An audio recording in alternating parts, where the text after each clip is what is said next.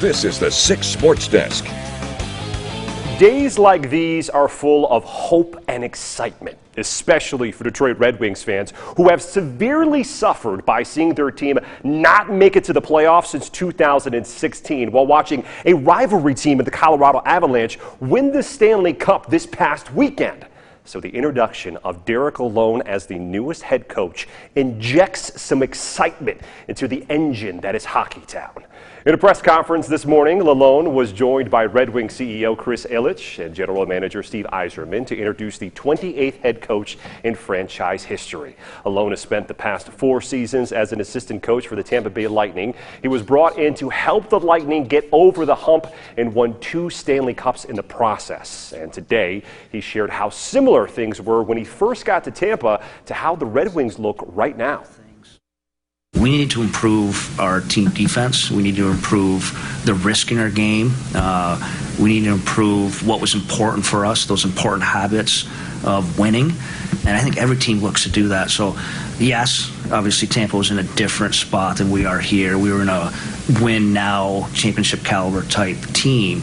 But it was the same type of things that got us from good to Stanley Cup champion. It'll be the same type of habits and things within our team that we're going to look to improve here. I think if you do those things, it should translate, it should take care of itself. It's process, and then the outcome kind of takes care of itself.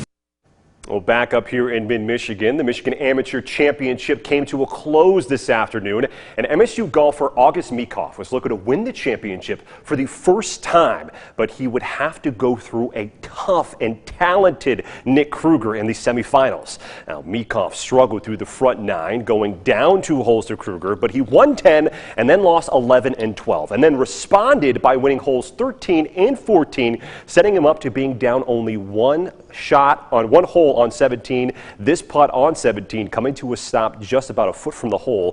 Kruger can end things with his putt, but he just goes just to the left and over the top of the hole.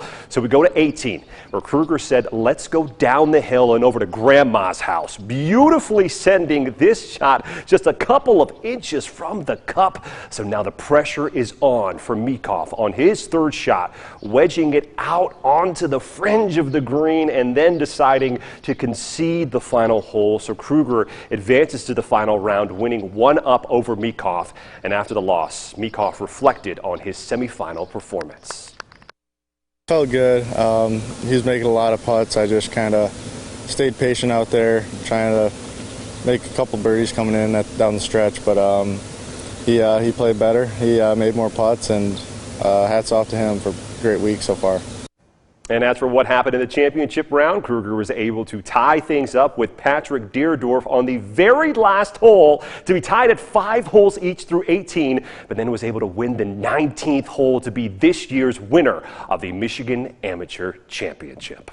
We'll be right back with a final look at your 4th of July weekend forecast that you don't want to miss, so stay with us.